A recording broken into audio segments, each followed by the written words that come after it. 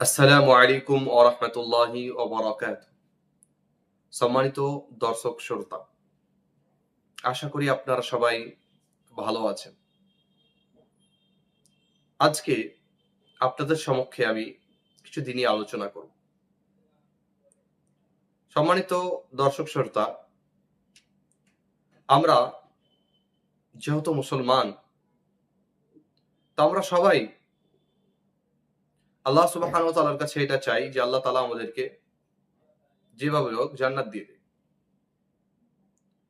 আর এটাই বা আমাদের আশা কেন হবে না বা আকাঙ্ক্ষা হবে নাই কেন? যখন আল্লাহ সুবহানাহু ওয়া তাআলা কোরআন মাজিদের মধ্যে বলছেন ফামান যুহজিহা আনিন নার ওয়া উদখিলাল জান্নাতা ফাকাদ ফাজ ওয়া মাল হায়াতুদ দুনিয়া ইল্লা মাতাউল গুরুর। আল্লাহ তাআলা এই আয়াতের মধ্যে বলছেন যে যাদেরকে জাহান্নাম থেকে বের করে নিরাপত্তা দিয়ে জান্নাতের মধ্যে প্রবেশ করিয়ে দেওয়া হলো, ফাকাদ ফাজ, ফাকাদ ফাজ, তারা সত্যিকারই কামিয়াবি পেল। ওয়া মাল হায়াতুদ দুনিয়া ইল্লা মাতাউল গুরুর। আর দুনিয়ার যে জীবনটি রয়েছে এটি শুধুমাত্র খেল তামাশা, এটি হচ্ছে শুধুমাত্র ধোঁকার জায়গা। আর আখিরাতটি হচ্ছে চিরস্থায়ী। তো আমরা যখন সবাই চাচ্ছি যে আল্লাহ তাআলা আমাদেরকে জান্নাত দে, আমরা জান্নাত পেয়ে নি, জাহান্নাম থেকে আল্লাহ তাআলা আমাদেরকে পরিত্রাণ দে, তাহলে শুধুমাত্র কি আমরা আশা করলেই খালি পেয়ে যাব? এমনটা নয়। সে জান্নাতকে পাওয়ার জন্য আল্লাহ এবং আল্লাহ পাক রাসূল সাল্লাল্লাহু আলাইহি ওয়াসাল্লাম আমাদেরকে কিছু পদ্ধতি শিখিয়ে দিয়েছেন হযরত আদম আলাইহিস সালামকে যখন থেকে এই পৃথিবীতে পাঠিয়েছেন। তার মধ্য থেকে একটি রাসূল সাল্লাল্লাহু আলাইহি ওয়াসাল্লাম আমাদের সমক্ষে বর্ণনা করেছেন যে আমরা অতি সহজে কি করে আল্লাহ সুবহানাহু ওয়া তাআলা সেই জান্নাতকে পেতে পারি। আল্লাহ পাক রাসূল সাল্লাল্লাহু আলাইহি ওয়াসাল্লাম একটি হাদিসের মধ্যে বলছেন যে লা তাদখুলুনাল জান্নাতা হাত্তা তুমিনু, তোমরা জান্নাতে প্রবেশ করতে পারো না অতক্ষণ পর্যন্ত যতক্ষণ পর্যন্ত তোমরা ঈমান না নিয়ে আসবে।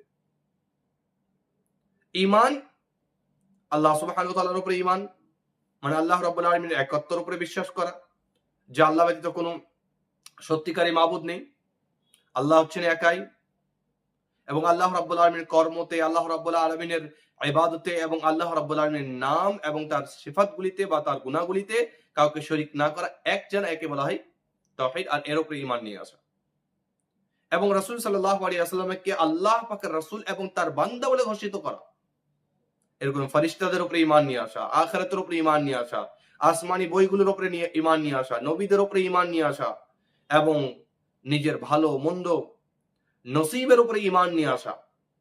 তো এই ব্যক্তি, যে ব্যক্তি ঈমান নিয়ে আসলো, সেই ব্যক্তি জান্নাতে প্রবেশ করবে।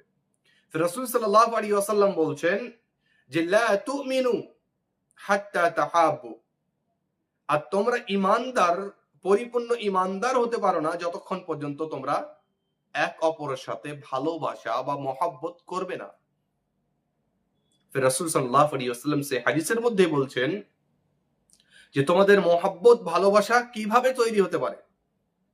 তিনি বলছেন আওয়ালা আদুল্লুকুম আলা শাই, কি আমি কি তোমাদেরকে সেই জিনিস সম্পর্কে বলবো না যে কাজটি করলে পারে, যে কর্মটি করলে পারে, যে কর্মের রিঅ্যাকশনে তোমাদের এক অপরের সাথে মহব্বত সৃষ্টি হবে, ভালোবাসা সৃষ্টি হবে, আর সেই ভালোবাসার কারণে তোমাদের ভিতরে ঈমান সৃষ্টি হবে, আর যখন ঈমান হবে তখন তোমরা জান্নাতে যেতে পারবে। তো রাসূল সাল্লাল্লাহু আলাইহি ওয়াসাল্লাম বললেন যে আফশুস সালামা বাইনাকুম, তোমরা সালামকে নিজেদের মধ্যে আম করো, সালামকে ছড়িয়ে দাও, যখন তোমাদের সাক্ষাৎ হবে তখন তোমরা সালাম করো।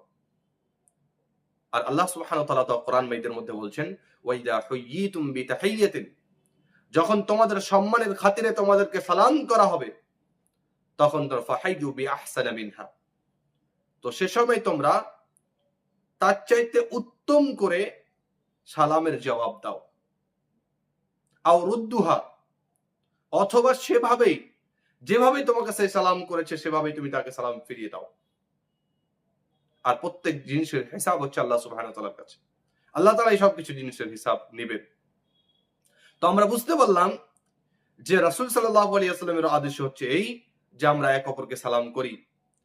আল্লাহ রাব্বুল আলামিনের আদেশ হচ্ছে এই।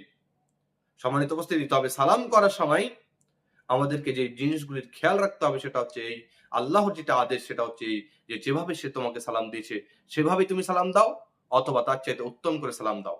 সে যদি তোমাকে আসসালামু আলাইকুম বলে তো তুমি তাকে বলো আসসালামু ওয়া আলাইকুম আসসালাম ওয়া রাহমাতুল্লাহ।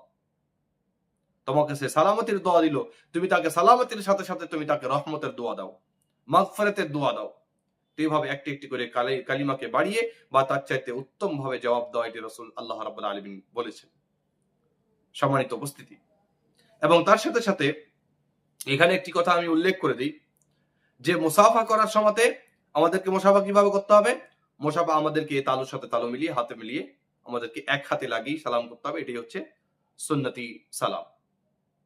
তবে দুই হাত দিয়ে যেটা আমরা দেখে থাকি আমাদের সমাজে, বা তারা বলে থাকে কি এটি হচ্ছে বেশি সুন্নতের করিব, বা এটি হচ্ছে সুন্নত বেশি পার্শ্ববর্তী, কিন্তু ওটি সুন্নত রাসূল সাল্লাল্লাহু আলাইহি ওয়াসাল্লামের হাদিস দিয়ে সাবিত নেই।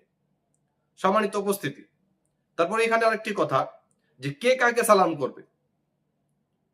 তো এর বিধান হচ্ছে এই যে যদি কেউ বসে থাকে আর কোন চলমান ব্যক্তি যদি হয় রাস্তাতে, তো সে যে ব্যক্তি চলে যাচ্ছে হেঁটে যাচ্ছে সে ব্যক্তি বসে থাকা ব্যক্তিকে সালাম করবে। যদি কেউ সাইকেল নিয়ে যায় আর কেউ হেঁটে যায়, তো যে সাইকেল নিয়ে যাচ্ছে সে হেঁটে যাওয়া ব্যক্তিকে সালাম করবে। কেউ সাইকেল নিয়ে যাচ্ছে, কেউ বাইক নিয়ে যাচ্ছে, তো বাইক নিয়ে যাওয়া ব্যক্তি যখন সে বেশি গতির সাথে যাচ্ছে তো সাইকেল চালা ব্যক্তিকে সে সালাম করবে। তো এরকমই যদি কেউ একজন হয় আর কোনো একটি দল আসে, তো সে যে একজন এসছে সে ব্যক্তি দলকে সালাম করবে।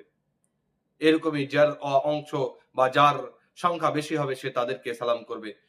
সম্মানিত বসে যার কম হবে সে তা বেশি সংখ্যা গুরুত্ব ব্যক্তিকে সালাম করবে।